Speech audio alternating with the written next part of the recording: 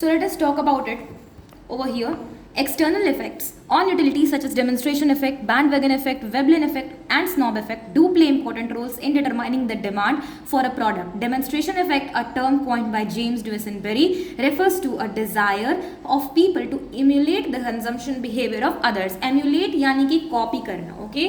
यानी आप कॉपी कर रहे हो others. In other words, people buy or have things because they see that other people are able to have them. For example, an individual's demand for cell phone may be affected by seeing his new model of cell phone in his neighbor's or friend's house, either because he likes what he sees or because he figures out that if his neighbor or friend can have it, he too can. Basically आपके पास ना दो situation होते हैं. पहला तो आपका जो दोस्त है वो यूज़ कर रहा है तो आपको पसंद है कि हाँ बहुत अच्छी ये फ़ोन है इसीलिए मैं ये खरीदूंगा, ठीक है. दूसरा इफेक्ट हो सकता है, अरे अगर इसके पास हो सकता है तो मेरे पास क्यों नहीं. बेसिकली आपका ईगो जाग जाता है, ठीक है. तो बेसिकली यहाँ पे दो चीज़ हो सकता है, या तो आप उसे लाइक करते हो इसलिए आप परचेज करते हो, या तो आपके अंदर ईगो हो जाता है कि अगर उसके पास है तो मेरे पास भी क्यों नहीं हो सकता है, ठीक है. इसे हम लोग कहते हैं क्या, demonstration effect. For example iPhone सबसे बड़ा एग्जाम्पल है. आईफोन आप कॉपी करते हुए लोगों को देखते हो, ओके. तो आप अगर मान लो दोस्त के पास देखते हो कि एकदम नया ब्रांड न्यू आईफोन है उसके पास, अभी नया नया आईफोन 17 प्रो निकला है उसके पास है, तो मेरे पास भी क्यों नहीं होगा, इस तरह का. या तो आपको पसंद आ जाता है तो आप ले लेते हो, ठीक है. वहीं पर bandwagon effect refers to the extent to which the demand for a commodity is increased due to the fact that others are also consuming the same commodity. It represents the desire of people to purchase a commodity in order to be fashionable or stylish or to confirm that the people they wish to be associated with them. अब क्या होता है bandwagon effect में, इसमें सबसे अच्छा example आप ले सकते हो आप वाइड लेग्ड जीन्स का, ओके. वाइड लेग जीन्स का आप ले सकते हो. क्यों ऐसा मैं कह रही हूँ, बेसिकली बैंडवैगन इफेक्ट में आप फैशन का बात कर रहे हो ना, fashion, we are talking about the fashionable, ठीक है. जैसे कि अभी हाल फिलहाल के अभी 2 साल कम से कम हो गए हैं, 2 या 3 साल, अभी wide leg jeans, boot cut jeans, baggy clothes, ये सारे जो चीज़ें हैं ये ट्रेंड में है, फैशनेबल है और बहुत सारी लड़कियों को पसंद भी है, ठीक है. यहाँ तक कि आजकल तो लड़कों को भी पसंद है. तो ये जो है ट्रेंड बन गया है बेसिकली कि अब आप किसी भी घर में जाइए, किसी भी लड़की का ड्रॉर खोल के देखिए, उसके पास एक या दो, मिनिमम एक या दो, मैक्सिमम कितना भी wide leg jeans, baggy clothes मिल जाएंगे. तो बेसिकली बैंडवैगन इफेक्ट ये कहता है कि क्योंकि सब लोग वो चीज़ फैशन, उस ट्रेंड को वो फॉलो कर रहे हैं, तो I also want to associate with them, that is why bandwagon effect. I hope it is clear. अब हम लोग बात करते हैं snob effect. We refer to the extent to which the demand for a consumer's good is decreased owing to the fact that others are also consuming the same commodity. यानी कि snob effect में क्या होता है कि extent है कि demand एक consumer के good का decrease हो जाता है. क्यों decrease होता है, क्योंकि और लोग उस सेम चीज़ को यूज़ कर रहे हैं, ठीक है. इसे हम लोग कहते हैं snob effect, ओके. तो इसे हम लोग कहते हैं स्नॉब इफेक्ट, ठीक है. तो this represents the desire of people to be exclusive, आप अलग दिखना चाहते हो, to be different, to disassociate themselves from the common herd. For example, when a product becomes common among all, some people decrease or all together stop its consumption. इसका आप सबसे अच्छा example ले सकते हो KTM की बाइक्स जो होती हैं. तो इसे लोग क्या कहते हैं, इसे हम लोग क्या कहते हैं, लोग जिसे छपरी वाली बाइक्स कहते हैं बेसिकली, ठीक है.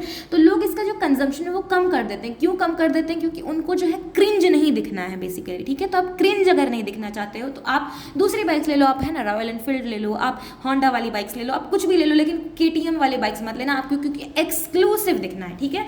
यहाँ पे आपको डिफरेंशिएशन मिला हुआ है डेमोन्स्ट्रेशन और बैंडवैगन इफेक्ट का और स्नॉब इफेक्ट का, ठीक है.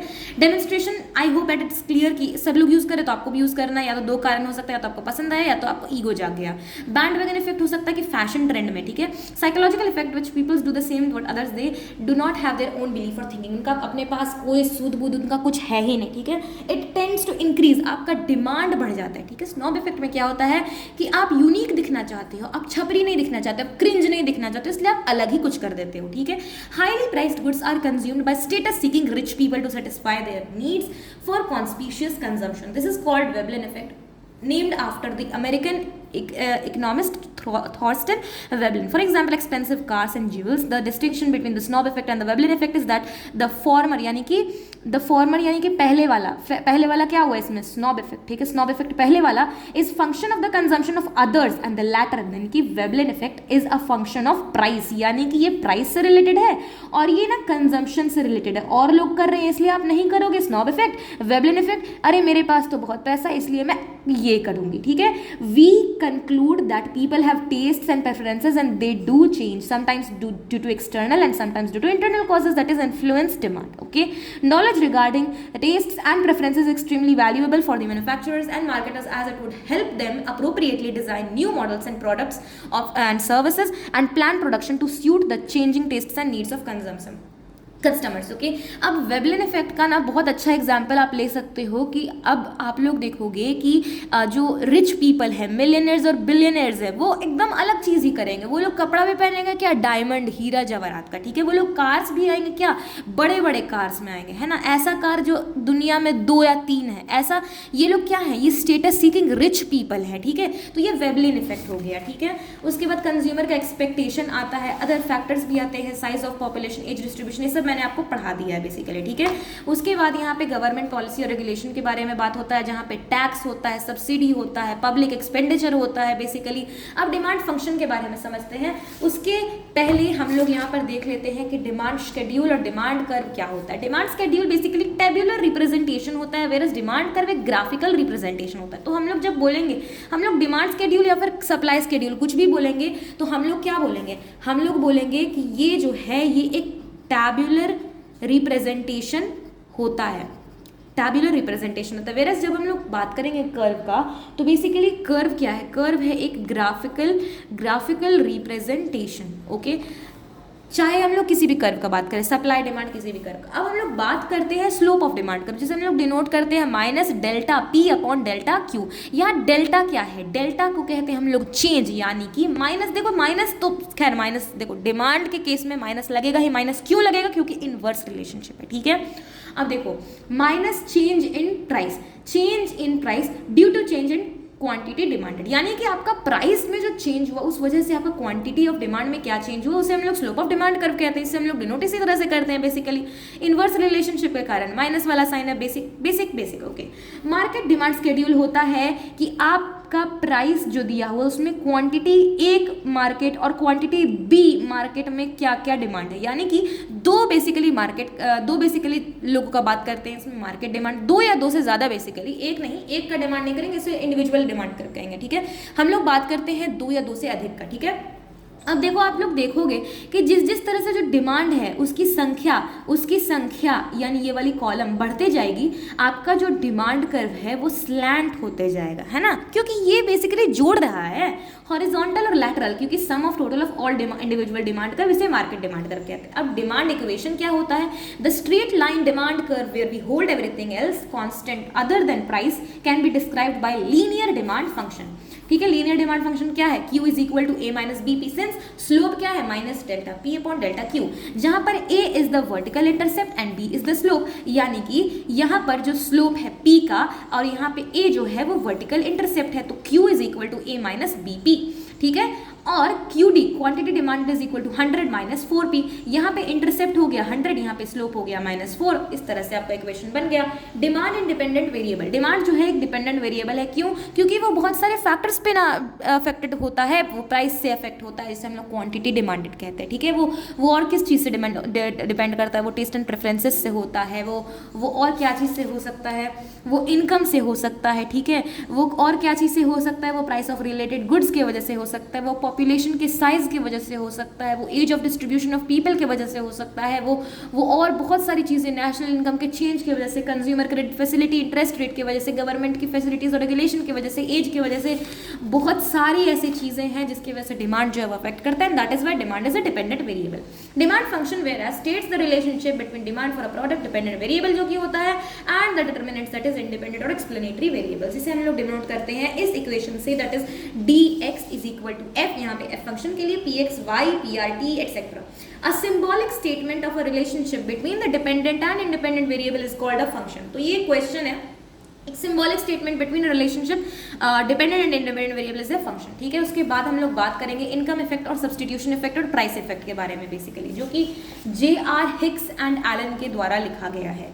ओके, यहाँ पर वही सेम चीजें हैं डिमांड फंक्शन के बारे में। यहाँ पे law of demand professor Alfred Marshall ने कहा है कि the greater the amount to be sold, the smaller must be the price at which it is offered in order that it may find purchasers, or in other words the amount demanded increases with a fall in price and diminishes with a rise in price। यही हमारा law of demand, ठीक है। Law of demand states that other things being equal, जिसे हम लोग ceteris paribus कहते हैं, the price of a good rises, the demand diminishes, and inverse means when the price of a good diminishes, the demand of that good rises, ठीक है। Inverse relationship होता है, इसलिए हम लोग जहां पर भी डेफिनेशन में लिखेंगे हम लोग एक नेगेटिव साइन लगाना नहीं भूलेंगे, और आप लोग भी नहीं भूलेंगे। ओके, उसके बाद हमारे पास क्वांटिटी डिमांडेड आता है, डिमांड होता है demand schedule, demand curve, which I have already told you all guys. यहाँ पर हमारा स्लोप ऑफ डिमांड कर्व आ जाता है, which I told you. Slope of budget line यहाँ पे दिया हुआ है, मैंने लिख दिया है माइनस PX अपॉन PY, यानी कि price of X upon price of Y minus, ठीक है। मार्केट डिमांड स्केड्यूल होता है,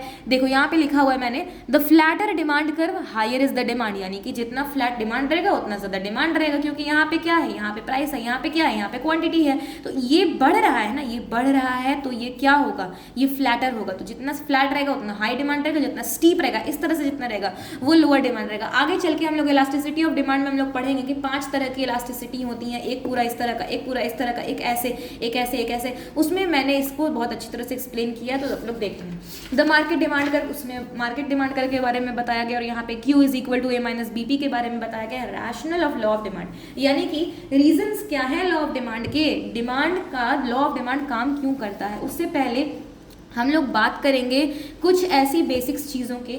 इनकम इफेक्ट आई होप कि आपको पता है, यानी कि डिमांड में क्या इफेक्ट पड़ता है आपके इनकम से।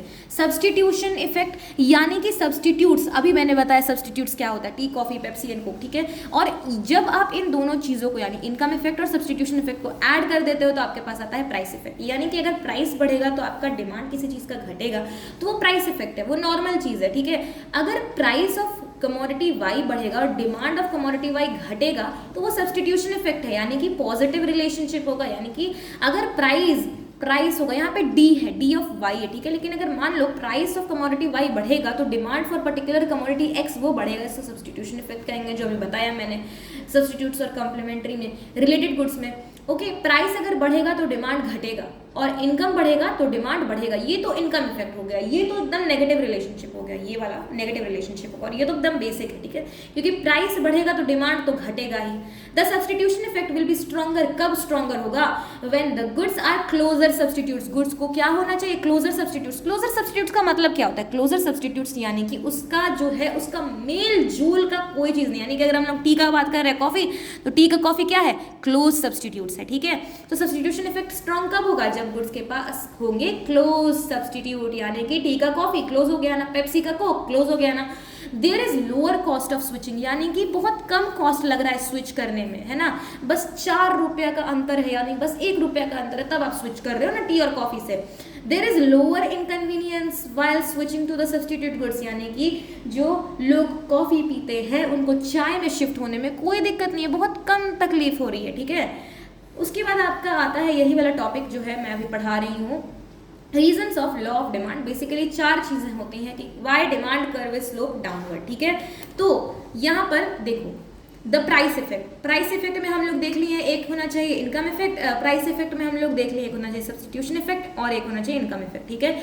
Utility maximising behaviour of consumers. अब हम लोग law of diminishing marginal utility हम लोग जब पढ़ते हैं, जो कि गिफन के द्वारा दिया गया है, तो हमें बताया है कि यूटिल्स हमें मिलते हैं। तो I hope it is clear, क्योंकि यूटिल्स बहुत ही बेसिक चीज़ है। यानी कि अगर मैं किसी चीज़ को कंज्यूम कर रही हूँ, जैसे कि मान लो एक चॉकलेट केक है, ठीक है, तो चॉकलेट केक मुझे बहुत पसंद है, मैंने पहला पीस खाया, मुझे बहुत मैक्सिमम यूटिलिटी मिली, दूसरा पीस खाया मुझे थोड़ी कम यूटिलिटी मिली।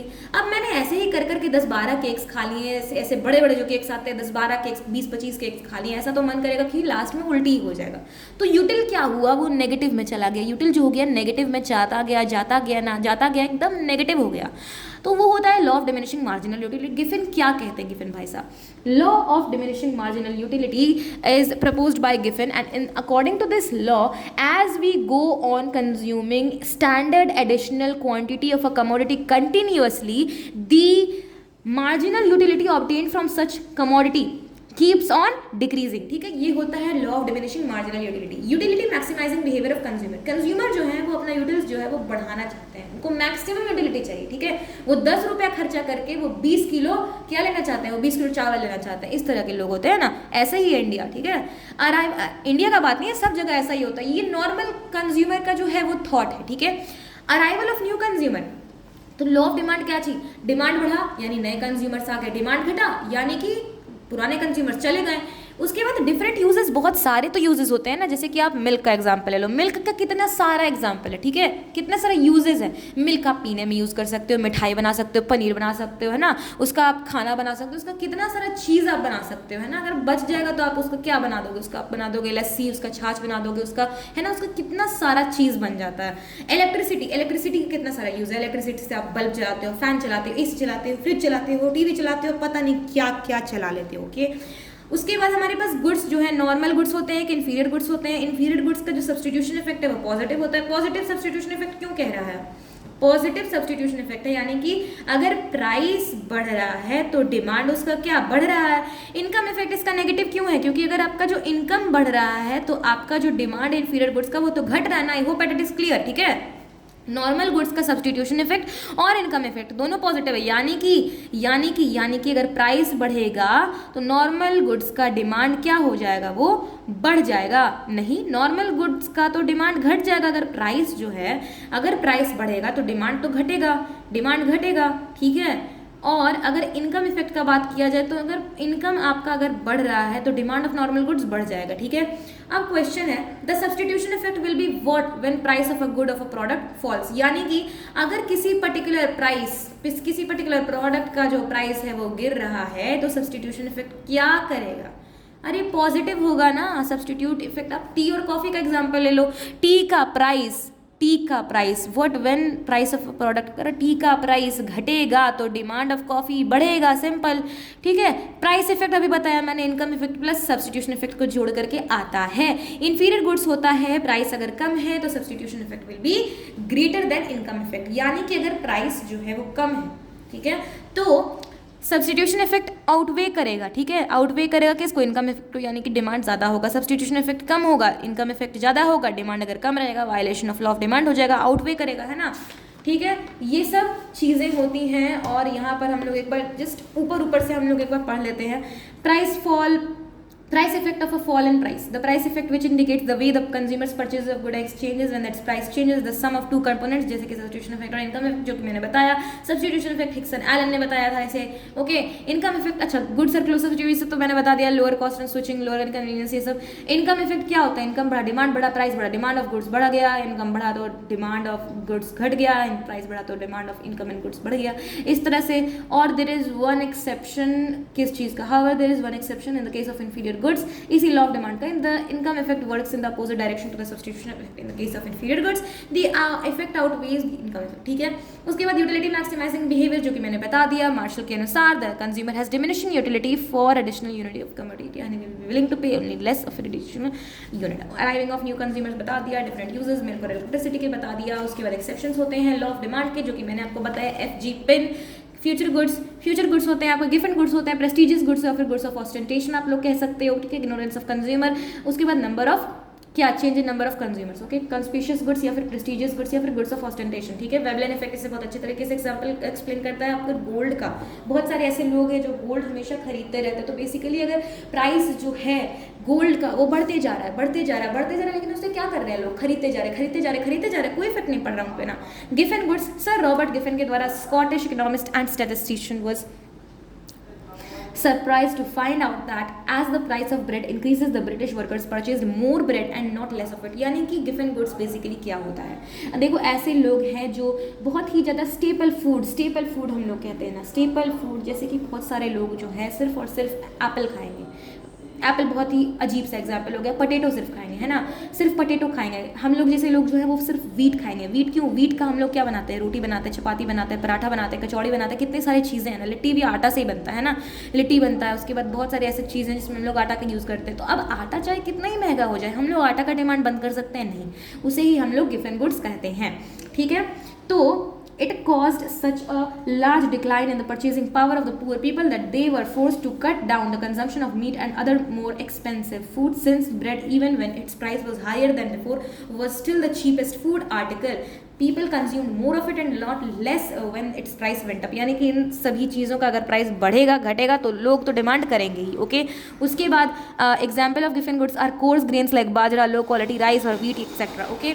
उसके बाद हमारे पास और भी चीज़ें हैं जैसे कि कॉन्स्पीशियस नेसेसिटीज़। कॉन्स्पीशियस नेसेसिटीज़ जो है ये ऐसा डेमोन्स्ट्रेशन इफेक्ट है, क्योंकि पैसा जो है वो बहुत ज़्यादा लग रहा है लेकिन लोग इसे करेंगे, ठीक है। Is a pattern of social group to which an individual belongs. These goods due to constant usages becomes necessities. यानी कि अब देख लो, अब के सिनेरियो में एयर कंडीशनर जो है वो कॉन्स्पीशियस नेसेसिटी हो गया है। अभी के ज़माने में कॉन्स्पीशियस नेसेसिटी क्यों हो गया एयर कंडीशनर? क्योंकि बहुत ज़्यादा गर्मी हो गई, बिना एयर कंडीशनर के लोग जो है वो अब नहीं जी पा रहे हैं, तो ये कॉन्स्पीशियस नेसेसिटी हो गई। अब इसे हम लोग एक्सपेंसिव के टर्म्स में नहीं कंसिडर करेंगे क्योंकि अब ये एक नेसेसिटी बन गई है, ठीक है।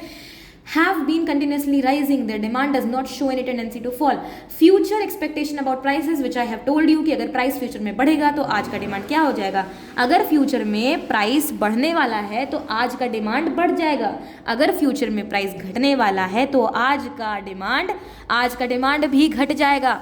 अगर फ्यूचर में प्राइस बढ़ेगा तो करंट डिमांड बढ़ेगा। अगर फ्यूचर में प्राइस कम होगा तो आज का डिमांड कम होगा, क्योंकि वो लोग बाद में जाके ना फ्यूचर में ना प्राइस वो सब चीज़ें खरीदेंगे। उसके बाद आता है इनकम्प्लीट इन्फॉर्मेशन और इरेशनल बिहेवियर, जिसे हम लोग कहते हैं कंज्यूमर इग्नोरेंस। मोनोटोनिक प्रेफरेंसेस वाले कंज्यूमर्स क्या होते हैं? मोनोटोनिक प्रेफरेंसेस का मतलब होता है एक ऐसा कंज्यूमर जो है ऐसी ही चीज़ें को लेगा जो उसे मैक्सिमम यूटिलिटी प्रोवाइड करेगा, उसे ही हम लोग मोनोटोनिक प्रेफरेंस कहते हैं।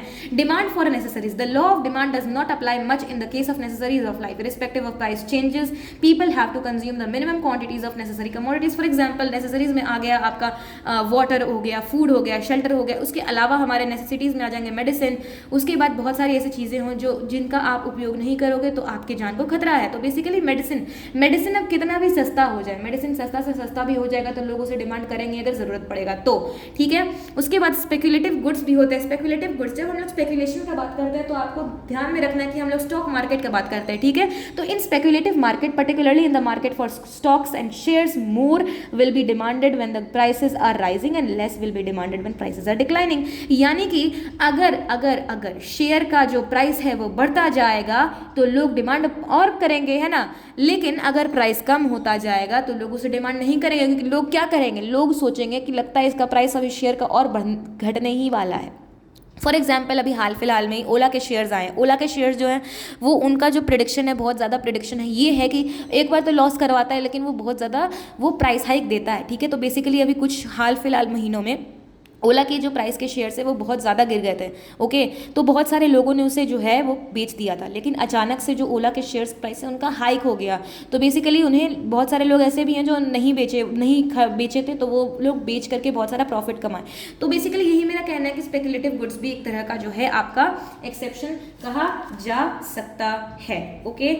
उसके बाद हमारे पास और भी चीज़ें आती जाएंगी और इसी तरह से हम लोग पढ़ते जाएंगे बेसिकली, ठीक है। तो I hope that it's clear. The law of demand will also fail if there is any significant change in other factors on which law of demand of a commodity depends. If there is a change in income of the household or in the prices of related commodities, taste, fashion, inverse demand and price relationship may not hold, जो कि हम लोग determinants में already पढ़ चुके हैं।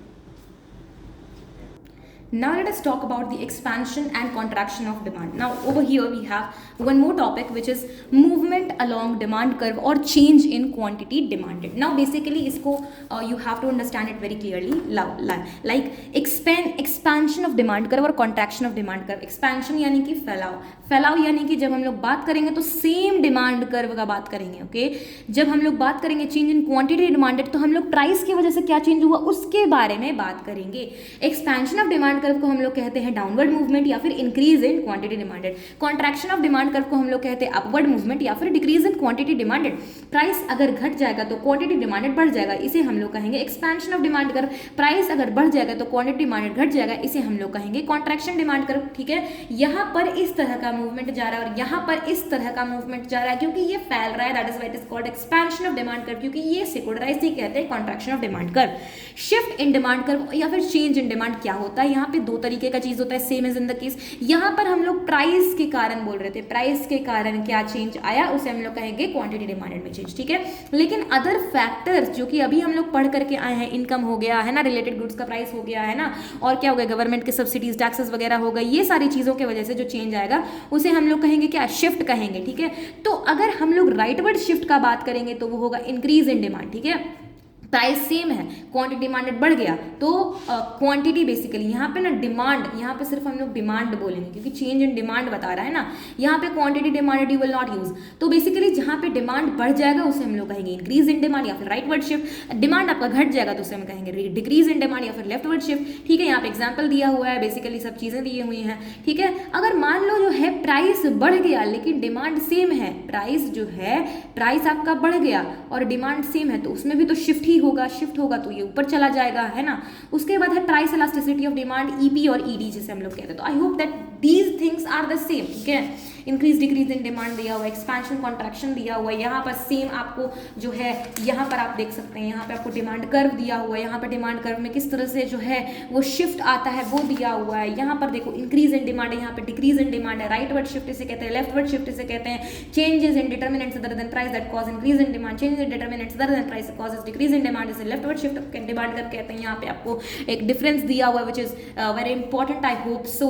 Movement along the demand curve और shift of demand curve दिया हुआ है which I told you. Elasticity of demand अभी पढ़ते हैं, तो इलास्टिसिटी ऑफ डिमांड या फिर इलास्टिसिटी ऑफ डिमांड यानी कि देखो प्राइस के कारण डिमांड में क्या चेंज आया उसे हम लोग कहते हैं प्राइस इलास्टिसिटी ऑफ डिमांड। ठीक है, it measures the responsiveness quantity demanded of a commodity to a change in price assuming all other factors are constant, इसे हम लोग कहते हैं ceteris paribus। ठीक है, इसका determinants factors affecting price elasticity of demand जब हम लोग पढ़ते हैं तो हम लोग बहुत सारी चीज़ें पढ़ते हैं, जैसे कि नेचर ऑफ गुड्स हम लोग पढ़ते हैं ना, अवेलेबिलिटी ऑफ सब्स्टिट्यूट्स पढ़ते हैं, उसके बाद हम लोग यूज़ करते हैं उसका उसका बात करते हैं टाइम पीरियड, उसका प्राइस, उसका लेवल ऑफ एक्सपेंडिचर, उसके बाद जॉइंट डिमांड, उसके बाद नेचर ऑफ द गुड्स हम लोग पढ़ते हैं। तो यहाँ पर बेसिकली कुछ दिए हुए हैं, जैसे हम लोग कहते हैं अवेलेबिलिटी ऑफ सब्स्टिट्यूट्स अगर अवेलेबल ज़्यादा है तो इलास्टिसिटी एक से ज़्यादा है, सब्स्टिट्यूट्स अगर कम है तो इलास्टिसिटी भी एक से कम है। Position of a commodity in the consumers budget,